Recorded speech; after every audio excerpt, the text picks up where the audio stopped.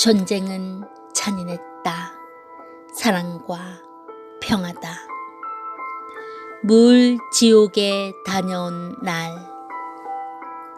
우리들의 휴양 프로그램은 밥 먹고 수영하고 잠자고 모두 자유 시간들이었다. 이틀 동안을 작전과 보초에 신경 쓰지 않고 몸과 마음을 쉬니 보약이라도 먹은 듯이 피곤한 몸이 풀렸다고 전우들은 이구동성으로 말했다. 어서 제대하여 그리운 고향 땅에 가서 한 달쯤 푹 쉬겠다고 말들 하였다. 신경 안 쓰고 편히 쉰다는 것이 얼마나 몸에 좋은 것인지 기계나 동물이나 사람이나 모두 마찬가지다. 지나치면 고장나고 병이 나게 된다. 휴양지는 병원이며 애인의 품이었다. 휴양지에서의 공짜로 맥주를 실컷 마실 수 있도록 시원한 맥주를 매일 공급해 주었고 과일들도 수시로 제공해 주었다. 어떤 병사들은 노는 것도 피곤하다고 말했다. 아마 수영을 지나치게 해서 팔다리가 쑤시는 모양이었다. 휴양 4일째 되던 날, 오늘은 마지막 날이니 모두 바다에 뛰어들어 실컷 놀다 가자고 했다. 나는 수영을 못하기 때문에 첫날부터 모래사장 낮은 곳에서만 놀았다. 나같이 바다 깊이 들어가지 않은 전우는 한 명도 없었다. 내가 살고 있는 고향 월명동에는 물이 귀했다. 지금은 개발해 놓아서 물 천지에 작은 호수까지 있지만 1980년대 이전까지만 해도 해발 400m 고지로 지형상 물이라곤 동네 샘 하나밖에 없었다. 그러므로 나뿐만 아니라 우리 마을에서는 개구리들도 제대로 수영할 줄을 몰랐다. 장마철에 비가 와서 도랑에 흙탕물이 흘러갈 때 분위기에 젖어 기분 좋다고 뛰어던 개구리는 모두 떠내려가 이를 쳐다보는 나의 마음을 아프게도 하였다. 수영할 줄 모르는 나는 물은 좋아하지만 깊은 물만 보면 무서웠다. 걔도 수영을 잘하는데 우리 식구들은 물론 온 동네 사람들까지 다 수영을 못했다. 걔는 참 신기하다. 수영도 안 배웠는데 가끔 장난치느라고 물에 집어 던지면 물도 먹지 않고 잘 헤엄쳐 나온다.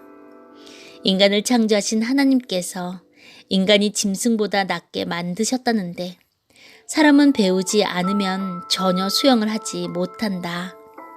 고로 배우지 않으면 짐승만도 못하다는 것을 깨닫지 않을 수 없다. 나는 23세가 될 때까지 바다에 가서 수영 한번 해본 일이 없었고 실내 수영장이나 실외 수영장에도 가본 적이 없었다. 그리고 그때까지 수영복을 입어본 적이 없었다. 내 고향 성만리 마을 밑에 가끔 내려가 큰 냇가에서 반바지 입고 첨벙거린 것이 나의 수영의 전부였다. 이렇게 물과 멀리 지내던 나였으니 바다에 수영하러 들어갈 수가 없었던 것이다. 옆에 전우들이 모두 허리 닿는 데까지만 들어오라고 내 심정도 모르고 끌어당겼다.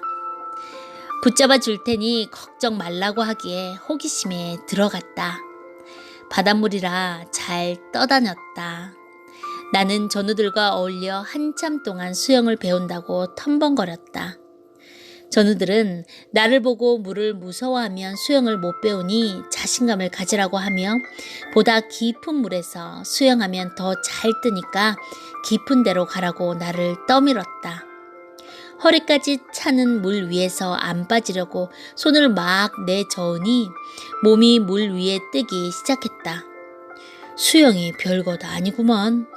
자신이 생겨 금방이라도 수영을 배울 것만 같았다. 바닷물이라 물이 잘 떠서 한동안 혼자 이리저리 떠다니며 수영을 했다. 그러다가 나도 모르게 멀리 깊은 곳까지 가게 되어 전우들과 꽤 많이 떨어져 버렸다. 내가 소리를 막 지르며 나 살려달라고 하니 그들은 이미 나와 멀리 떨어져 있어 나를 쳐다보지 못했다. 나는 순간 당황하여 물을 먹으며 허우적거리기 시작했다. 하지만 계속 더 깊은 바다로 쑥쑥 밀려 들어갔다. 바닷물이 출렁거릴 때마다 5에서 6m씩 쑥쑥 깊은 곳으로 들어가는 것이었다. 결국 나는 물을 먹으며 비명을 지르기 시작했다. 하지만 전우들이 내 소리를 알아듣기에는 이미 거리가 너무 멀었다. 양손을 들어 막 흔들었다. 이때 하나님을 부르며 나 죽겠다고 소리를 질렀다. 물을 몇 번 먹고 나니 정신을 차릴 수가 없었다. 아, 내 인생이 물에 빠져 이렇게 끝나는구나.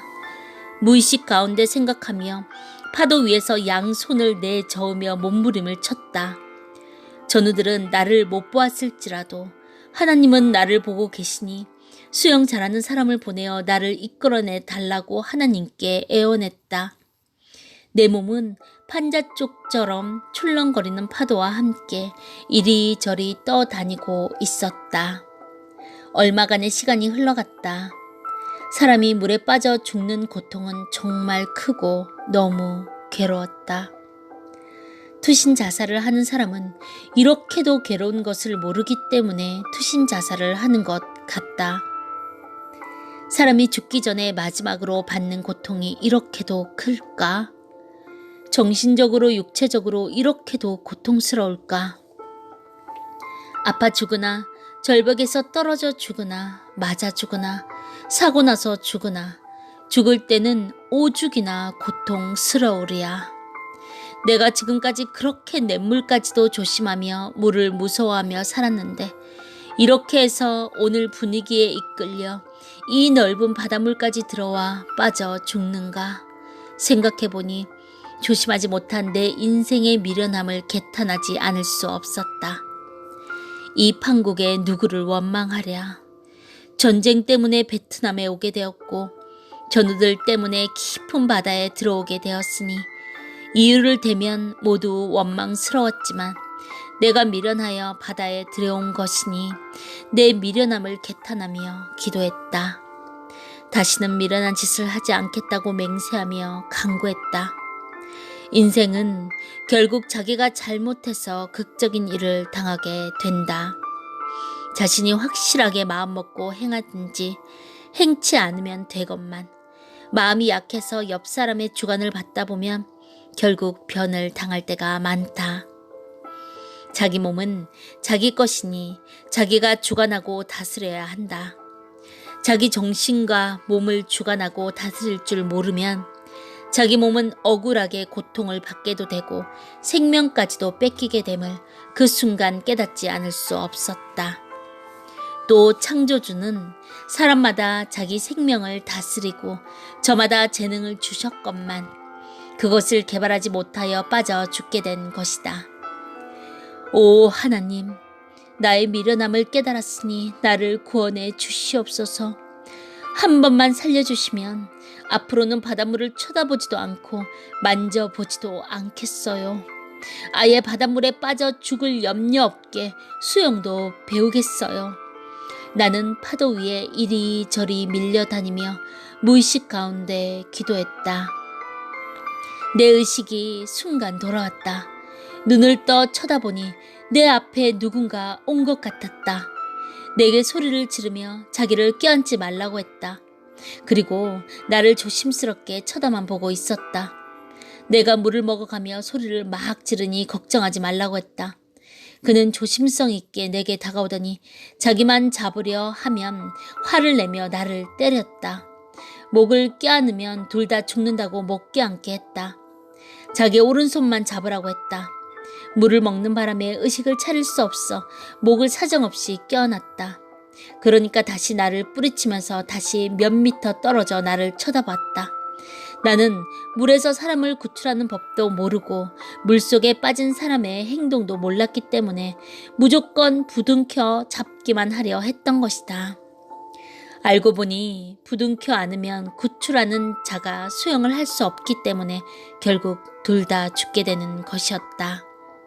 나는 물을 먹고 힘이 없어 물 위로 둥둥 떴다가 다시 물속에 가라앉고 말았다. 그리고 다시 의식을 잃었다. 잠시 후 누군가 나를 끌고 가는 느낌을 받았다. 내가 죽어 죽음의 사자들이 내 사는 곳으로 끌고 가는구나. 이제 내 인생이 바다에서 끝나는구나 생각하고 내 영혼이 하나님을 부르며 제발 저 악한 악령들의 세계로 가지 않게 해달라고 간구했다. 한참 있다 보니 내가 해변에 드러누워 있었다. 전우들이 달려와서 물을 많이 먹었으면 물을 빼자고 했다. 응급처치를 하고 얼마 있으니 의식이 돌아와 내가 살았다는 생각이 들었다. 이날 내가 물에 빠져 죽을 것인데 박정배 전우의 마음을 감동시켜 전능자는 나를 구해주셨다. 다른 사람들에게는 편히 쉬는 휴양지였지만 나에게는 물지옥이었다. 아멘.